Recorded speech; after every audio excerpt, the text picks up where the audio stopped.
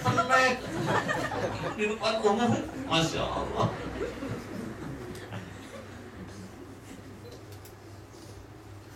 Gak enak banget. Tapi jarang-jarang saya dapat episode begini.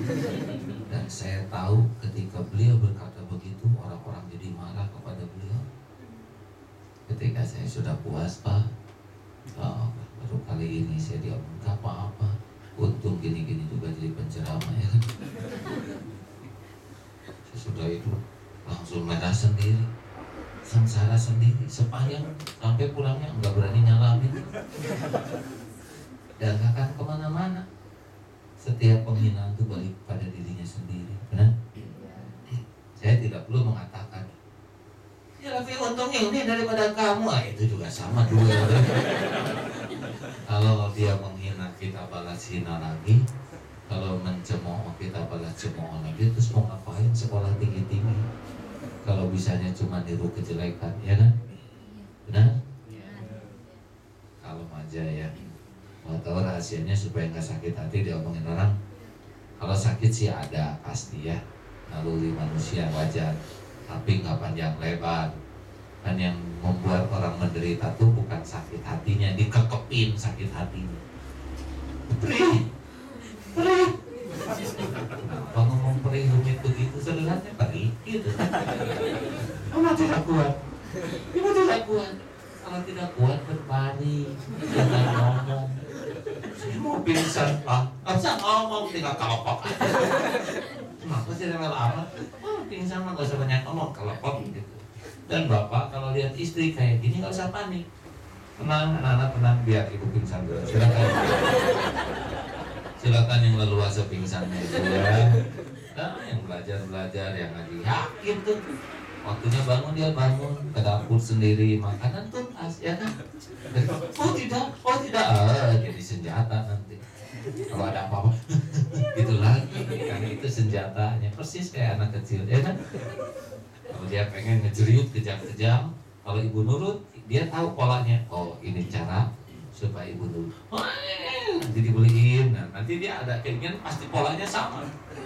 Makanya kalau anak itu biarin sok, mau ngejerit, mau berguling-guling, enggak akan dibeliin. Benar gagal. Itu tekniknya Pak. Jadi kalau istri rewel, cengeng, biarin aja. Mau ngejerit, sok ngejerit bu. Ibu mau kejam silakan.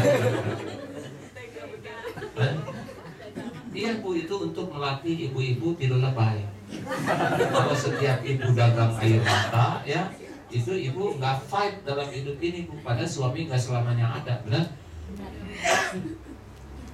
Jadi salah satu tugas suami adalah membuat istri itu kuat kalau kita nggak ada. Emang suami ibu bakal panjang umur? Belum tentu. Kalau saya lihat begini ya, ada kemungkinan ibu meninggal duluan ya. Lama licik.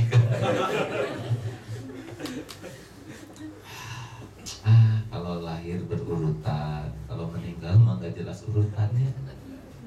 Makanya jangan suka merasa aman dengan umur masih muda ya. Dan juga enggak lagi ya.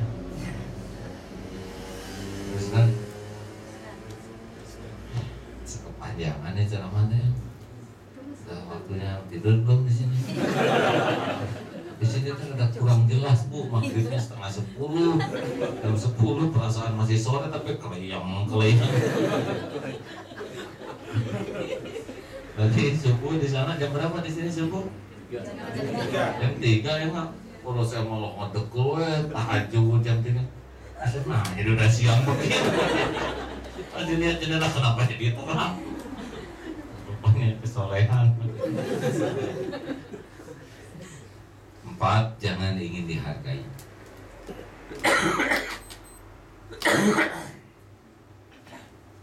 Maaf ya.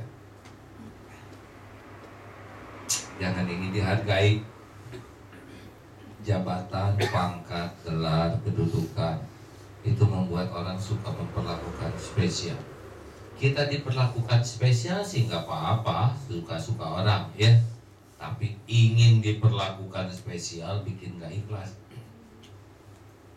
jadi mau balik gini kan, hadirin sekalian, wah hadir bersama, wah penyakit. Kalau nggak hati-hati itu Bu, kemakan loh Bu.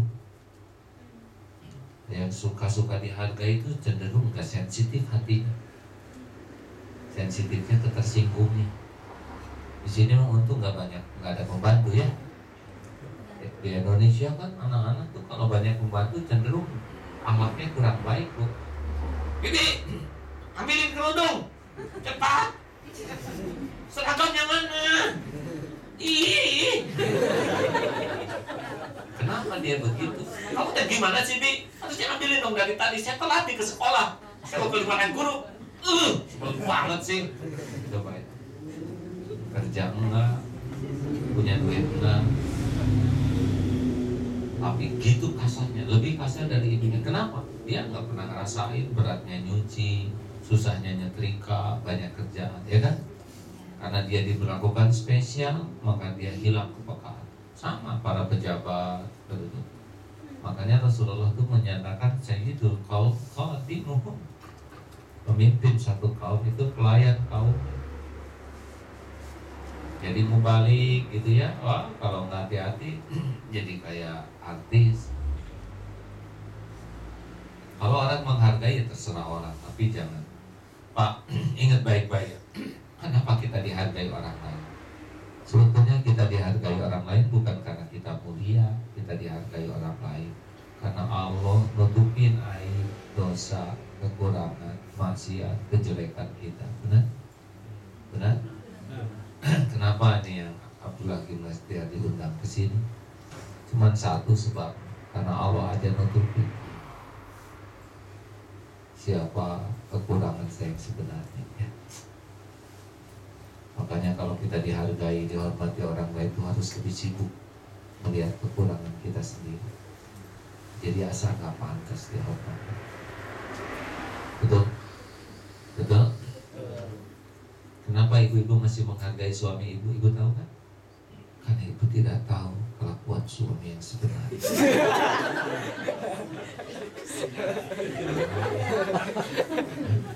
Kenapa jadi gempar begitu? Kenapa gelisahnya? Tenang. Bukan ada yang menutup mata segala. Kalau kita berani jujur ya, berani jujur gitu kita melihat diri kita yang sebenarnya, pasti lebih banyak nangisnya. Dan kalau dihormati itu malu karena nggak layak. Kalau kita tahu dosa tangan kita gitu ya, dicium tangannya, orang nggak tahu. Makanya orang-orang yang senang pada penghargaan susah jujurnya. Halo? Saudara kalau nanti diuji diberi jabatan biasa-biasa aja ya. Kalau orang penting kan klik-klik hadir, sudah hadir, sudah hadir. Biasanya kalau di Indonesia kan mau naik mobil dibukakan gitu.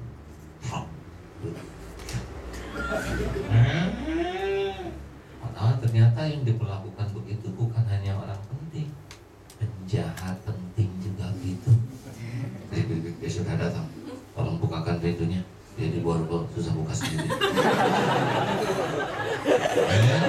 Sama tuh, mau masuk mobil dibukain, mau masuk penjara dibukain, betul. Dan ada satu kelompok lagi yang mirip ini, jenazah ada. Beri jenazah sudah datang, tolong bukain pintunya. Dia susah buka sendiri. Sama tuh. Jadi saudara kalau nanti jadi pejabat ingat penjahat dan mayat ya. Biasa-biasa aja lah hidup maya. Setuju? Enggak lah. Kita ini asalnya cuma setetes money, ujungnya jadi bangke, kemana-mana bawa hehe.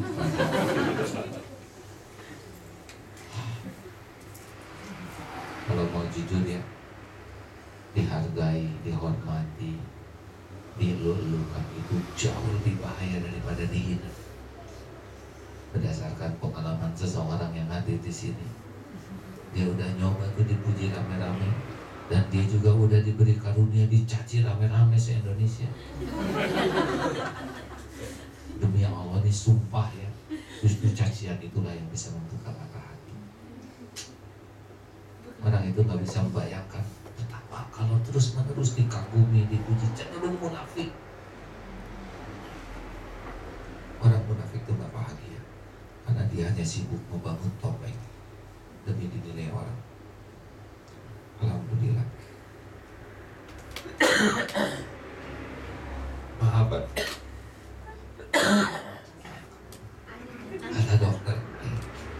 Kata dokter ini udah 2 bulan ini bisa cepat pulih kalau banyak istirahat dan jangan banyak bicara.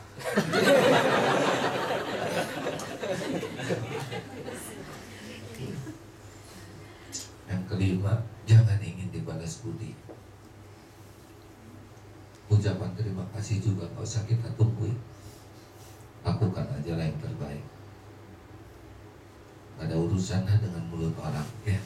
Kalau kita memang takdirnya akan dipuji, Allah ngegerakin orang puji, udahlah gitu aja. Kalau memang takdirnya kita akan diberi rezeki oleh Allah, gak usah diharap-harapin juga pasti ketemu. Dan gak harus kita nunggu-nunggu orang balas budi. Yang penting mah kita mah rezekinya melakukan yang terbaik. Bu, ibu, jangan suka ngomong ke anak, ini mama, ini mama. Kenapa itu? Kenapa ngomong gini? Kan dari dulu juga mama, apa jadi nenek? Ini mama yang tahu, mama yang melahirkan, mama yang menyusui. Disangkanya bukan naik wibawa. Kata anakku, siapa suruh sih? Aku kata-kata ini gak mau pesen keluar dari yang ini. Gak boleh. Lelaki juga jangan centil ya. Capek tahu jadi lelaki. Ya udah tuh jadi perempuan. Capek. Bapak tuh membanting tulang. Ya jelas lah, bapak kan tukang daging. Dan gak bagus tuh nyeritain diri sendiri tuh. Benar? Kecuali kalau hati-hati dan ini jadi jalan ilmu. Coba kalau seorang mau balik cerita, saudara tahu gak? Jadi mau balik tuh capek tahu datang dari Indonesia ke sini. Saudara harus mati. Itu mau balik teh kenapa? Kalau bapak gak mau ya gak usah pergi ya. Udahlah. Pokoknya tugas kita melakukan yang terbaik, asal Allah ridho cukup. Nah, rezeki ada yang ngatur, pahala ada yang ngatur, benar? Makin lepas dari keinginan berharap sesuatu dari makhluk, sebetulnya makin enak. Pertanyaan, Bu, perlukah ibu berusaha melakukan sesuatu agar suami ibu cinta padamu? Jujur aja, langsung soreha. Jawabannya yang realistis. Perlukah ibu melakukan sesuatu supaya suami cinta ke ibu? Perlu. Kamu lelaki tenang, ini udah wajahmu kurang layak dicintai, tenang. Bu, gimana? Perlu, Bu? Perlu. Ada saatnya. Gimana caranya? Tuh, bingung lagi. Gini ya, Bu ya. Saya mengerti bahwa kita perlu ada rasa ingin dicintai, takut kehilangan. Tetapi kalau ibu fokus ke sana, ibu gak akan bahagia. Makin cinta ke suami, makin gak bahagia sebetulnya.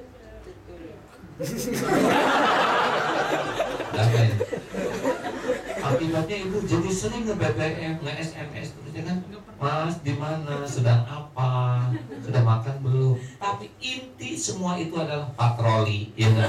Lu lagi apa, di mana, sama siapa lu? Memang bahasanya Mas, tapi intinya mau menyelidiki. Bukan tidak boleh ya, tapi capek itu kayak gitu. Serahkanlah Bu, suami ibu mah ke Allah. Ah, nanti gimana kalau Allah diserahkan ke Allah, oleh Allah diserahkan ke yang lain? Jangan ribet atuh. Allah mau udah ngerti. Semuanya juga ada garisnya, Nggak ada yang keluar dari takdir, betul?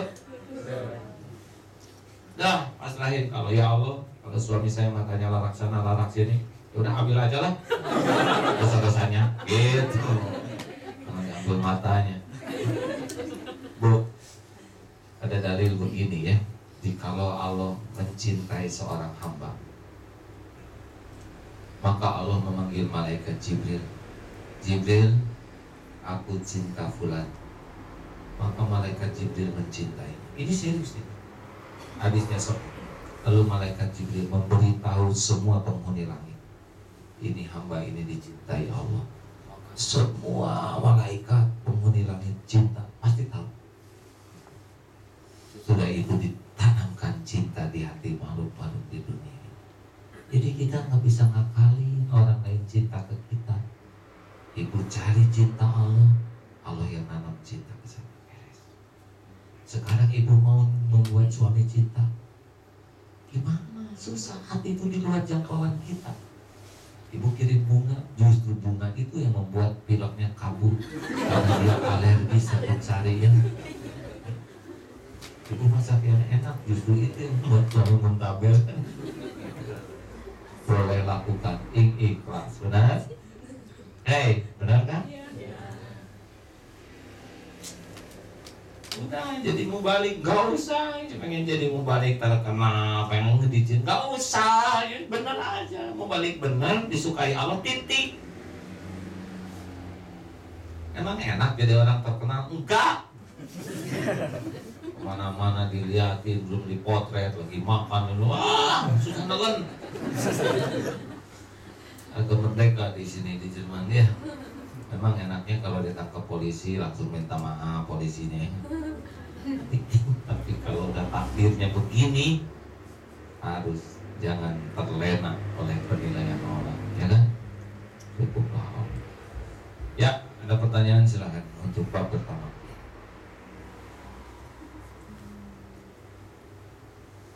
Kalau nggak ada yang nanya, saya mau minum.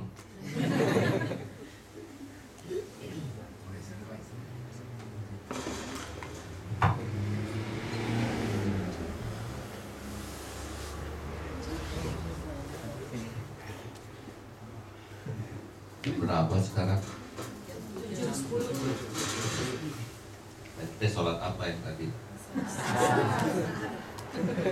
Jelas begini di sini. Untung semuanya takdir Allah. Jadi dua, biar cepat selesai ah. Yang kedua adalah apa? Ibadah harus bagus. Ini mah kira-kira ya Bu ya.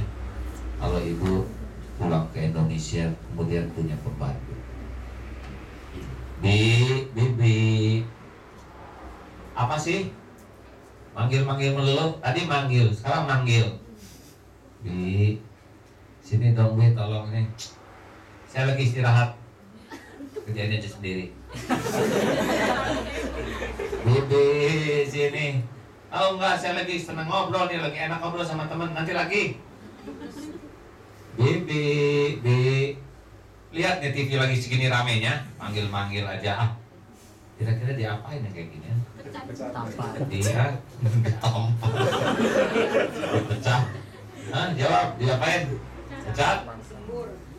Hayya 'alas shalah. Baru juga duhur dasar lagi.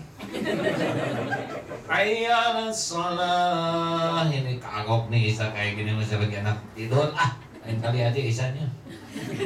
Hayya 'alal falah. Acara TV lagi seru-serunya sepak bola ambil gol. Kira-kira patutnya diapain kayak gini ya? Aduh, gitu tuh kita mau ke Allah tuh ya. Sholat tuh ditelat-telat ada seorang dokter aduh saya tuh banyak masalah dalam keluarga tapi saya nggak bisa cerita ke siapa-siapa sebab saya tempat orang curhat. Tapi saya nggak kuat, saya tuh udah minta ke Allah tapi rasanya kok pertolongan Allah tuh telat aja. Saya tanya ke dokter, hai dokter sholatnya gimana tepat waktu? Ini yang jadi masalah. Saya tuh banyak pasien, banyak urusan, jadi sholat saya sering telat. Dok, Kalau orang makan obatnya telat aja kira-kira sembuh atau oh ya itu nggak bisa sembuh. Kalau ke dokternya telat diobatin gimana bisa makin kronis. Tuh dokter udah tahu jawabannya ya. Segala yang telat itu jadi masalah. Karena tiap sholat tepat waktu itu on time tuh doanya, kan sholat itu doa di sana, benar? Ibu kata suami, bu kalau perlu uang cepat aja bilang ke saya kapan ibu minta saya kasih ya. Ini mintanya telat tapi ngetunggu, kenapa suami saya nggak ngasih? Ya udah minta belum? Saya telat mintanya, ya resiko.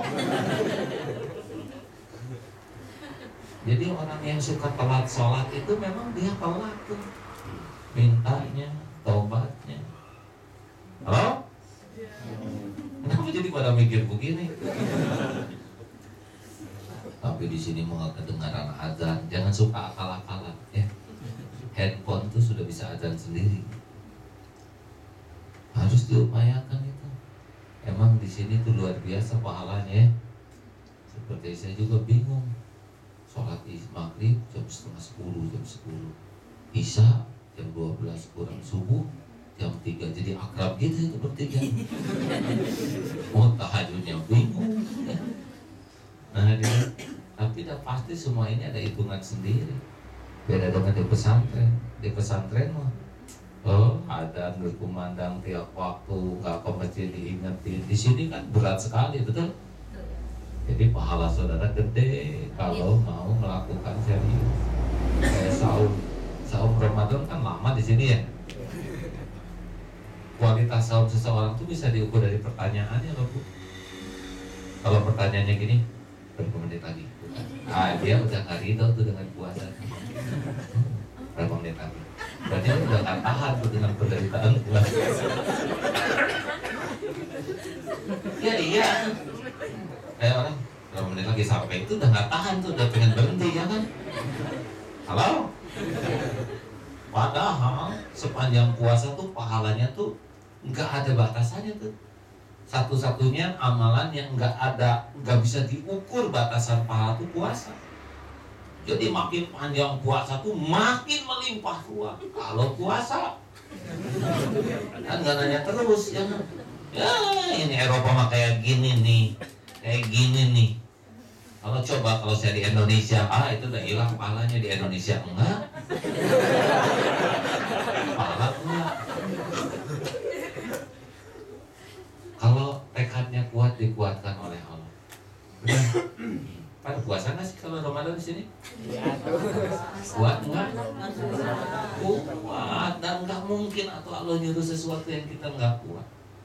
Dikuatkan oleh Allah. Nah, tubuh ini kan milik Allah. Yang bikin lemah tuh kan lemahnya tekad. Cirinya sering lihat jam.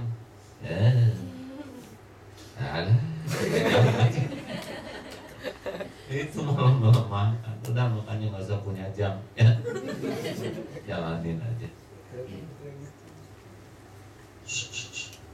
Mau amalan lain yang mempercepat diurus oleh Allah, zikir. Udahlah zikir aja yang banyak. Fadzkurullah katsiran la'allakum tuflihun. Daripada nganggur otak mikirin yang enggak, fadzkuruni azkurkum. Kalau kita ingat ke Allah, Allah ingat ke kita, diurus artinya. Jadi sambil duduk, makanya udahlah jangan terlalu banyak ngobrol, gak gampang ngobrol tuh. Segala diomongin, ya kan? Tambah ngebohong lagi, digede-gedein. Yang nggak ada diada-adain, jadi pamer, hilang pahalanya. Belum ngomongin orang, tambah dosanya. Belum lagi ngetawain orang, menghina, jadi repot. Makanya kadang-kadang sariawan tuh lebih baik. Pas sariawan pas lempar yang depan lagi alhamdulillah.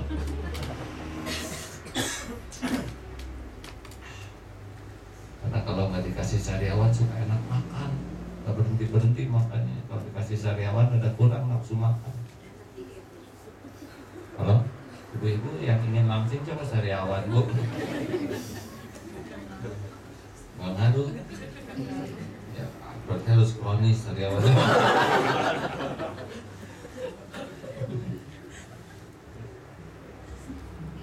Udah segitu aja lah ya. Halo? Sama siapa kan saya. Udah Bu, pokoknya mah sekarang kalau mau diurus oleh Allah, makin banyak zikirnya makin diurus. Dengar itu baik-baik ya. Makin banyak zikir makin diurus, makin langka zikir makin telat bayarnya. Jadi sekarang zikirnya apa-apa aja kan banyak variasikan. Tadi kereta sini sejam kan asik tuh ya, nggak kerasa itu. Kalau mau zikir, mau sholawat, mau istighfar, banyak. La ilaha illa anta subhanaka inni kuntu minaz zalimin. Nah, makin banyak zikir, makin diambil alih oleh Allah. Makin jarang zikir, ya dia nggak mau bayar. Karena ada amalan yang paling disukai Allah adalah zikir. Karena sholat juga untuk zikir, benar? Kurangin ngobrol, ya, berbanyak zikir. Mau ngapain ngomongin orang lagi? Mendingan ngobrolin Allah. Ya Allah tuh baik benar ya. Orang muda kita kan harusnya sambat petir. Kalau Allah hitung-hitungan apa yang mau dihitung dari kita ya? Nggak jelas gini hidupnya benar tidak? Lantang, pelinting, nggak pugu ya. Emang seperti keren kalau pulang ke Indonesia. Sudah di mana? Jerman. Aslinya kan di sini menderita ya. Bener banget Pak. Ini tinggal di mana? Jerman aja. Aslinya sih tetekan. Kalau tekan, tapi kan Jerman, Indonesia sama aja. Wa huwa ma'akum aina ma kuntum, dan dia bersamamu dimanapun kamu berada. Kalau mau dekat dengan Allah di mana aja bisa, karena Allah Maha Dekat. Allah Maha Dekat, tapi kitanya jauh dari Allah. Kenapa? Karena bikinnya duniawi terus. 3. Ibu mau 4, sok aja. Yang ketiga apa? Hidup harus lurus. Ihdinas siratal mustaqim, siratal ladzina an'amta 'alaihim ghairil maghdubi 'alaihim waladdallin. Amin ya Allah. Hidup lurus itu apa? Sederhana. Allah suka lakukan, Allah tidak suka tinggalkan, gitu aja.